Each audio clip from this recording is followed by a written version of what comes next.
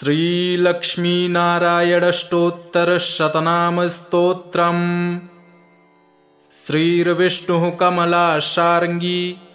लक्ष्मीर्वैकुण्ठनायकः पद्मालया चतुर्बाहुः क्षीराब्धितनयाच्युतः इन्दिरा पुण्डरीकाक्षा रमा गरुडवाहनः भार्गवी शेषपर्यङ्को विशालाक्षी जनार्दनः स्वर्णांगी वरदो देवी हरिरिन्दुमुखी प्रभुः सुन्दरी नरकध्वंसी लोकमाता मुरान्तकः भक्तप्रिया दानवारिः अम्बिका मधुसूदनः वैष्णवी देवकी पुत्रो रुक्मिणीकेशिमर्दनः वरलक्ष्मी जगन्नाथः कीरवाणी हलायुधः नित्या सत्यव्रतो गौरी शौरिः कान्तासुरेश्वरः नारायणी ऋषिकेशः पद्महस्ता त्रिविक्रमः माधवी पद्मनाभश्च स्वर्णवर्णानिरीश्वरः सती पीताम्बरः शान्ता वनमाली क्षमानघः जयप्रदा बलिध्वंसी वसुधा पुरुषोत्तमः राज्यप्रदाखिलाधारो मायाकंसविदारणः महेश्वरी महादेवो परमा पुण्यविग्रहः रमामुकुन्दः सुमुखी मुचुकुन्दवरप्रदः वेदवेद्याब्धिजा माता सुरूपार्केन्दुलोचनः पुण्याङ्गना पुण्यपादो पावनी पुण्यकीर्तनः विश्वप्रिया विश्वनाथो वाग्रूपी वासवानुजः सरस्वती स्वर्णगर्भो गायत्री गोपिका प्रियः यज्ञरूपा यज्ञभोक्ता भक्ताभीष्टप्रदा गुरुः स्तोत्रक्रिया स्तोत्रकारः सुकुमारी सवर्णकः मानिनी मन्दरधरो सावित्री जन्मवर्जितः मन्त्रगोप्त्री महेश्वासो योगिनी योगवल्लभः जयप्रदा जयकरः रक्षित्री सर्वरक्षकः अष्टोत्तरशतं नाम्नां लक्ष्म्या नारायणस्य च यः पठेत् प्रातरुत्थाय सर्वदा विजयी भवेत्। श्रीर्विष्णुः कमलाशार्ङ्गी लक्ष्मीर्वैकुण्ठनायकः पद्मालया चतुर्बाहुः क्षीराब्धितनयाच्युतः इन्दिरा पुण्डरीकाक्षा रमा गरुडवाहनः भार्गवी शेषपर्यङ्को विशालाक्षी जनार्दनः स्वर्णांगी वरदो देवी हरिरिन्दुमुखी प्रभुः सुन्दरी नरकध्वंसी लोकमाता मुरान्तकः भक्तप्रिया दानवारिः अम्बिका मधुसूदनः वैष्णवी देवकी पुत्रो रुक्मिणीकेशिमर्दनः वरलक्ष्मी जगन्नाथः कीरवाणी हलायुधः नित्या सत्यव्रतो गौरी शौरिः कान्तासुरेश्वरः नारायणी ऋषिकेशः पद्महस्ता त्रिविक्रमः माधवी पद्मनाभश्च स्वर्णवर्णानिरीश्वरः सती पीताम्बरः शान्ता वनमाली क्षमानघः जयप्रदा बलिध्वंसी वसुधा पुरुषोत्तमः राज्यप्रदाखिलाधारो मायाकंसविदारणः महेश्वरी महादेवो परमा पुण्यविग्रहः रमामुकुन्दः सुमुखी मुचुकुन्दवरप्रदः वेदवेद्याब्धिजा माता सुरूपार्केन्दुलोचनः पुण्याङ्गना पुण्यपादो पावनी पुण्यकीर्तनः विश्वप्रिया विश्वनाथो वाग्रूपी वासवानुजः सरस्वती स्वर्णगर्भो गायत्री गोपिकाप्रियः यज्ञरूपा यज्ञभोक्ता भक्ताभीष्टप्रदा गुरुः स्तोत्रक्रिया स्तोत्रकारः सुकुमारी सवर्णकः मानिनी मन्दरधरो सावित्री जन्मवर्जितः मन्त्रगोप्त्री महेश्वासो योगिनी योगवल्लभः जयप्रदा जयकरः रक्षित्री सर्वरक्षकः अष्टोत्तरशतं नाम्नां लक्ष्म्या नारायणस्य च यः पठेत् प्रातरुत्थाय सर्वदा विजयी भवेत्। श्रीर्विष्णुः कमलाशार्ङ्गी लक्ष्मीर्वैकुण्ठनायकः पद्मालया चतुर्बाहुः क्षीराब्धितनयाच्युतः इन्दिरा पुण्डरीकाक्षा रमा गरुडवाहनः भार्गवी शेषपर्यङ्को विशालाक्षी जनार्दनः स्वर्णाङ्गी वरदो देवी हरिरिन्दुमुखी प्रभुः सुन्दरी नरकध्वंसी लोकमाता मुरान्तकः भक्तप्रिया दानवारिः अम्बिका मधुसूदनः वैष्णवी देवकी पुत्रो रुक्मिणीकेशिमर्दनः वरलक्ष्मी जगन्नाथः कीरवाणी हलायुधः नित्या सत्यव्रतो गौरी शौरिः कान्तासुरेश्वरः नारायणी ऋषिकेशः पद्महस्ता त्रिविक्रमः माधवी पद्मनाभश्च स्वर्णवर्णानिरीश्वरः सती पीताम्बरः शान्ता वनमाली क्षमानघः जयप्रदा बलिध्वंसी वसुधा पुरुषोत्तमः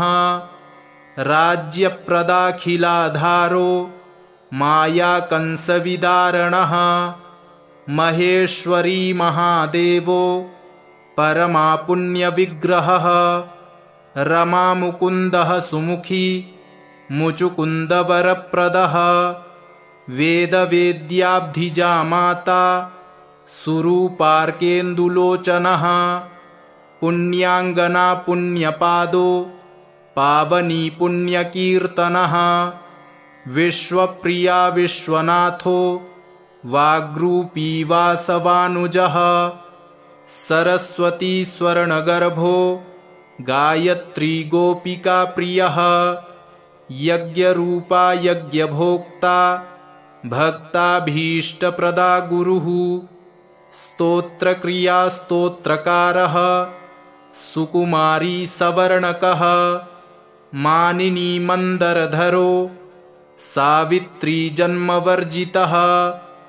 मन्त्रगोप्त्री महेश्वासो योगिनी योगवल्लभः जयप्रदा जयकरः रक्षित्री सर्वरक्षकः अष्टोत्तरशतं नाम्नां लक्ष्म्या नारायणस्य च यः पठेत् प्रातरुत्थाय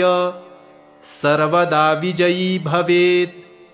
श्रीर्विष्णुः कमलाशार्ङ्गी लक्ष्मीर्वैकुण्ठनायकः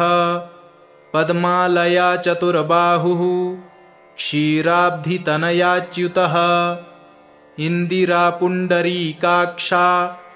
रमा गरुडवाहनः भार्गवी शेषपर्यङ्को विशालाक्षी जनार्दनः स्वर्णाङ्गी वरदो देवी हरिरिन्दुमुखी प्रभुः सुन्दरी नरकध्वंसी लोकमाता मुरान्तकः भक्तप्रिया दानवारिः अम्बिका मधुसूदनः वैष्णवी देवकी पुत्रो रुक्मिणीकेशिमर्दनः वरलक्ष्मी जगन्नाथः कीरवाणी हलायुधः नित्या सत्यव्रतो गौरी शौरिः कान्तासुरेश्वरः नारायणी ऋषिकेशः पद्महस्ता त्रिविक्रमः माधवी पद्मनाभश्च स्वर्णवर्णानिरीश्वरः सती पीताम्बरः शान्ता वनमाली क्षमानघः जयप्रदा बलिध्वंसी वसुधा पुरुषोत्तमः राज्यप्रदाखिलाधारो मायाकंसविदारणः महेश्वरी महादेवो परमापुण्यविग्रहः रमामुकुन्दः सुमुखी मुचुकुन्दवरप्रदः वेदवेद्याब्धिजा माता सुरूपार्केन्दुलोचनः पुण्याङ्गना पुण्यपादो पावनी पुण्यकीर्तनः विश्वप्रिया विश्वनाथो वाग्रूपी वासवानुजः सरस्वती स्वर्णगर्भो गायत्री गोपिका प्रियः यज्ञरूपा यज्ञभोक्ता भक्ताभीष्टप्रदा गुरुः स्तोत्रक्रिया स्तोत्रकारः सुकुमारी सवर्णकः मानिनी मन्दरधरो सावित्री जन्मवर्जितः मन्त्रगोप्त्री महेश्वासो योगिनी योगवल्लभः जयप्रदा जयकरः रक्षित्री सर्वरक्षकः अष्टोत्तरशतं नाम्नां लक्ष्म्या नारायणस्य च यः पठेत् प्रातरुत्थाय सर्वदा विजयी भवेत्। श्रीर्विष्णुः कमलाशार्ङ्गी लक्ष्मीर्वैकुण्ठनायकः पद्मालया चतुर्बाहुः क्षीराब्धितनयाच्युतः इन्दिरा पुण्डरीकाक्षा रमा गरुडवाहनः भार्गवी शेषपर्यङ्को विशालाक्षी जनार्दनः स्वर्णाङ्गी वरदो देवी हरिरिन्दुमुखी प्रभुः सुन्दरी नरकध्वंसी लोकमाता मुरान्तकः भक्तप्रिया दानवारिः अम्बिका मधुसूदनः वैष्णवी देवकी पुत्रो रुक्मिणीकेशिमर्दनः वरलक्ष्मी जगन्नाथः कीरवाणी हलायुधः नित्या सत्यव्रतो गौरी शौरिः कान्तासुरेश्वरः नारायणी ऋषिकेशः पद्महस्ता त्रिविक्रमः माधवी पद्मनाभश्च स्वर्णवर्णानिरीश्वरः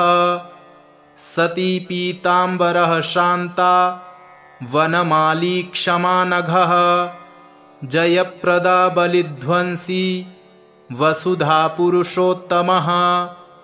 राज्यप्रदाखिलाधारो मायाकंसविदारणः महेश्वरी महादेवो परमापुण्यविग्रहः रमामुकुन्दः सुमुखी मुचुकुन्दवरप्रदः वेदवेद्याब्धिजा माता सुरूपार्केन्दुलोचनः पुण्याङ्गना पुण्यपादो पावनी पुण्यकीर्तनः विश्वप्रिया विश्वनाथो वाग्रूपी वासवानुजः सरस्वती स्वर्णगर्भो गायत्री गोपिका प्रियः यज्ञरूपा यज्ञभोक्ता भक्ताभीष्टप्रदा गुरुः स्तोत्रक्रिया स्तोत्रकारः सुकुमारी सवर्णकः मानिनी मन्दरधरो सावित्री जन्मवर्जितः मन्त्रगोप्त्री महेश्वासो योगिनी योगवल्लभः जयप्रदा जयकरः रक्षित्री सर्वरक्षकः अष्टोत्तरशतं नाम्नां लक्ष्म्या नारायणस्य च यः पठेत् प्रातरुत्थाय सर्वदा विजयी भवेत्। श्रीर्विष्णुः कमलाशार्ङ्गी लक्ष्मीर्वैकुण्ठनायकः पद्मालया चतुर्बाहुः क्षीराब्धितनयाच्युतः इन्दिरा पुण्डरीकाक्षा रमा गरुडवाहनः भार्गवी शेषपर्यङ्को विशालाक्षी जनार्दनः स्वर्णाङ्गी वरदो देवी हरिरिन्दुमुखी प्रभुः सुन्दरी नरकध्वंसी लोकमाता मुरान्तकः भक्तप्रिया दानवारिः अम्बिका मधुसूदनः वैष्णवी देवकी पुत्रो रुक्मिणीकेशिमर्दनः वरलक्ष्मी जगन्नाथः कीरवाणी हलायुधः नित्या सत्यव्रतो गौरी शौरिः कान्तासुरेश्वरः नारायणी ऋषिकेशः पद्महस्ता त्रिविक्रमः माधवी पद्मनाभश्च स्वर्णवर्णानिरीश्वरः सती पीताम्बरः शान्ता वनमाली क्षमानघः जयप्रदा बलिध्वंसी वसुधा पुरुषोत्तमः राज्यप्रदाखिलाधारो मायाकंसविदारणः महेश्वरी महादेवो परमा पुण्यविग्रहः रमामुकुन्दः सुमुखी मुचुकुन्दवरप्रदः वेदवेद्याब्धिजा माता सुरूपार्केन्दुलोचनः पुण्याङ्गना पुण्यपादो पावनी पुण्यकीर्तनः विश्वप्रिया विश्वनाथो वाग्रूपी वासवानुजः सरस्वती स्वर्णगर्भो गायत्री गोपिका प्रियः यज्ञरूपा यज्ञभोक्ता भक्ताभीष्टप्रदा गुरुः स्तोत्रक्रिया स्तोत्रकारः सुकुमारी सवर्णकः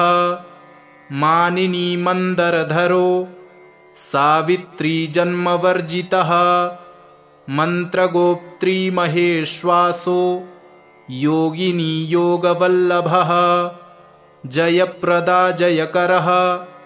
रक्षित्री सर्वरक्षकः अष्टोत्तरशतं नाम्नां लक्ष्म्या नारायणस्य च यः पठेत् प्रातरुत्थाय सर्वदा विजयी भवेत्। श्रीर्विष्णुः कमलाशार्ङ्गी लक्ष्मीर्वैकुण्ठनायकः पद्मालया चतुर्बाहुः क्षीराब्धितनयाच्युतः इन्दिरा पुण्डरीकाक्षा रमा गरुडवाहनः भार्गवी शेषपर्यङ्को विशालाक्षी जनार्दनः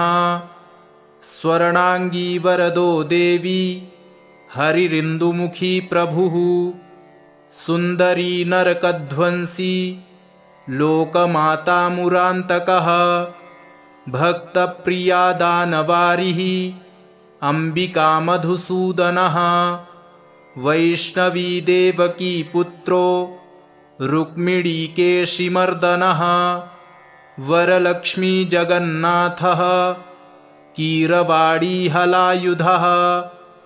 नित्या सत्यव्रतो गौरी शौरिः कान्तासुरेश्वरः नारायणी ऋषिकेशः पद्महस्ता त्रिविक्रमः माधवी पद्मनाभश्च स्वर्णवर्णानिरीश्वरः सती पीताम्बरः शान्ता वनमाली क्षमानघः जयप्रदा बलिध्वंसी वसुधा पुरुषोत्तमः राज्यप्रदाखिलाधारो मायाकंसविदारणः महेश्वरी महादेवो परमापुण्यविग्रहः रमामुकुन्दः सुमुखी मुचुकुन्दवरप्रदः वेदवेद्याब्धिजा माता सुरूपार्केन्दुलोचनः पुण्याङ्गना पुण्यपादो पावनी पुण्यकीर्तनः विश्वप्रिया विश्वनाथो वाग्रूपी वासवानुजः सरस्वती स्वर्णगर्भो गायत्री गोपिका प्रियः यज्ञरूपा यज्ञभोक्ता भक्ताभीष्टप्रदा गुरुः स्तोत्रक्रिया स्तोत्रकारः सुकुमारी सवर्णकः मानिनी मंदरधरो सावित्री जन्मवर्जितः मंत्रगोप्त्री महेश्वासो योगिनी योगवल्लभः जयप्रदा जयकरः रक्षित्री सर्वरक्षकः अष्टोत्तरशतं नाम्नां लक्ष्म्या नारायणस्य च यः पठेत् प्रातरुत्थाय सर्वदा विजयी भवेत्। श्रीर्विष्णुः कमलाशार्ङ्गी लक्ष्मीर्वैकुण्ठनायकः पद्मालया चतुर्बाहुः क्षीराब्धितनयाच्युतः इन्दिरा पुण्डरीकाक्षा रमा गरुडवाहनः भार्गवी शेषपर्यङ्को विशालाक्षी जनार्दनः स्वर्णांगी वरदो देवी हरिरिन्दुमुखी प्रभुः सुन्दरी नरकध्वंसी लोकमाता मुरान्तकः भक्तप्रिया दानवारिः अंबिका मधुसूदनः वैष्णवी देवकी पुत्रो रुक्मिणीकेशिमर्दनः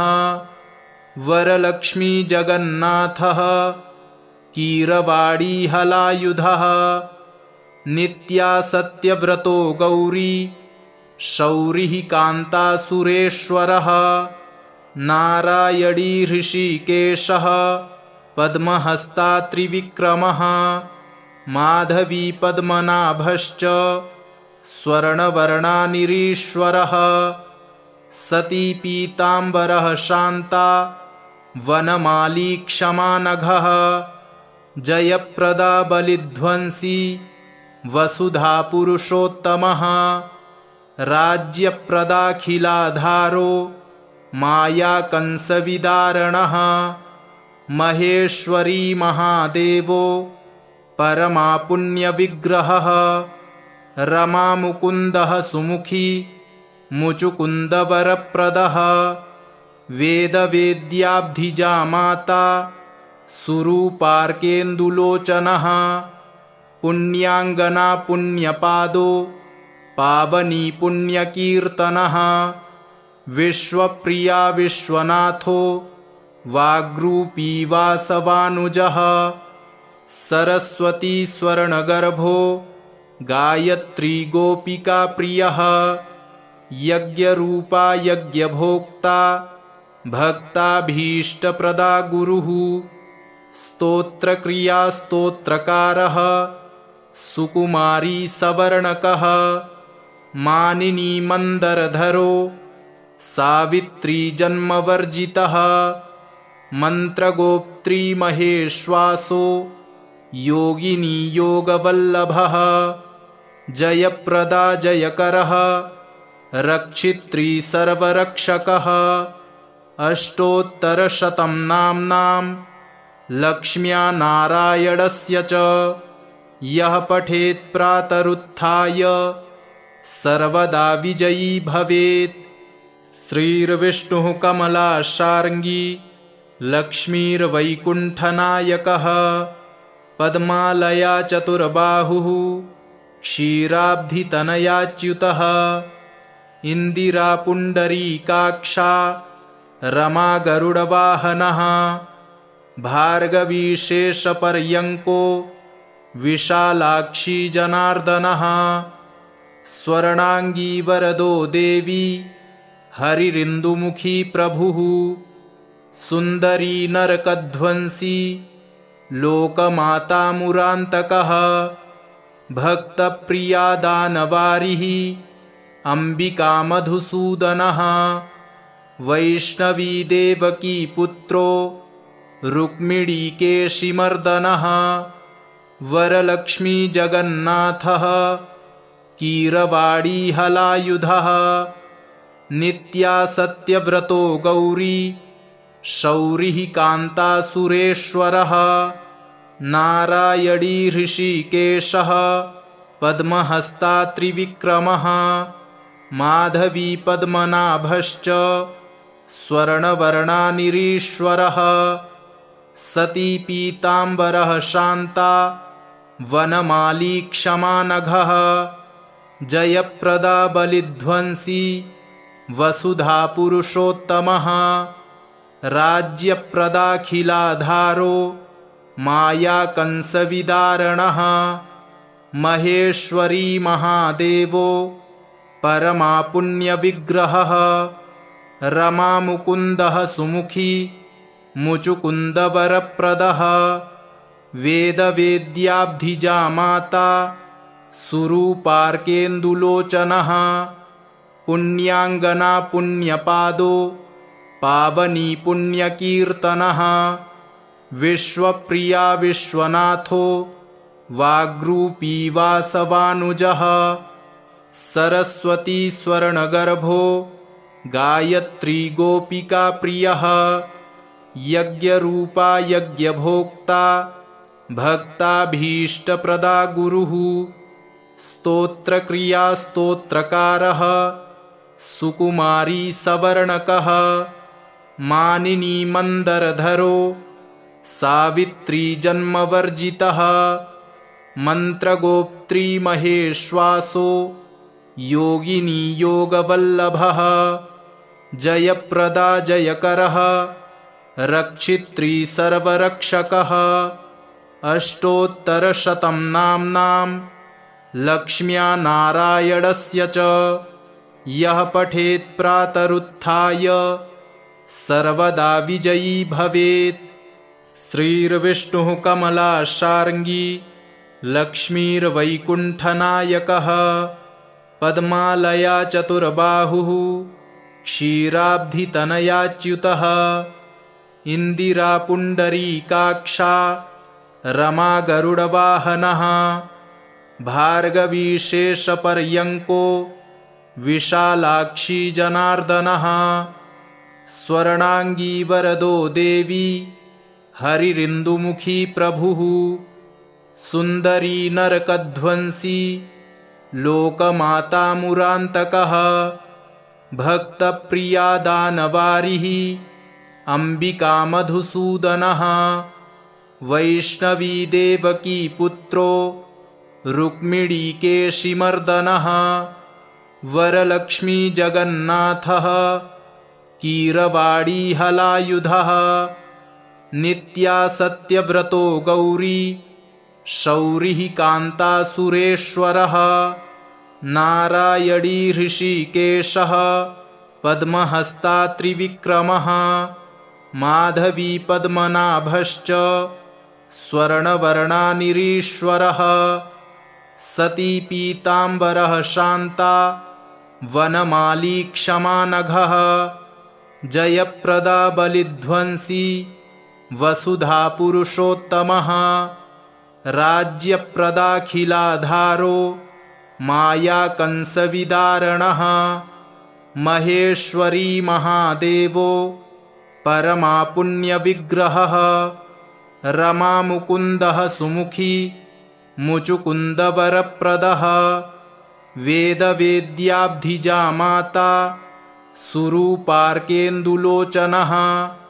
पुण्याङ्गना पुण्यपादो पावनी पुण्यकीर्तनः विश्वप्रिया विश्वनाथो वाग्रूपी वासवानुजः सरस्वती स्वर्णगर्भो गायत्री गोपिका प्रियः यज्ञरूपा यज्ञभोक्ता भक्ताभीष्टप्रदा गुरुः स्तोत्रक्रिया स्तोत्रकारः सुकुमारी सवर्णकः मानिनी मंदरधरो सावित्री जन्मवर्जितः मंत्रगोप्त्री महेश्वासो योगिनी योगवल्लभः जयप्रदा जयकरः रक्षित्री सर्वरक्षकः अष्टोत्तरशतं नाम्नां लक्ष्म्या नारायणस्य च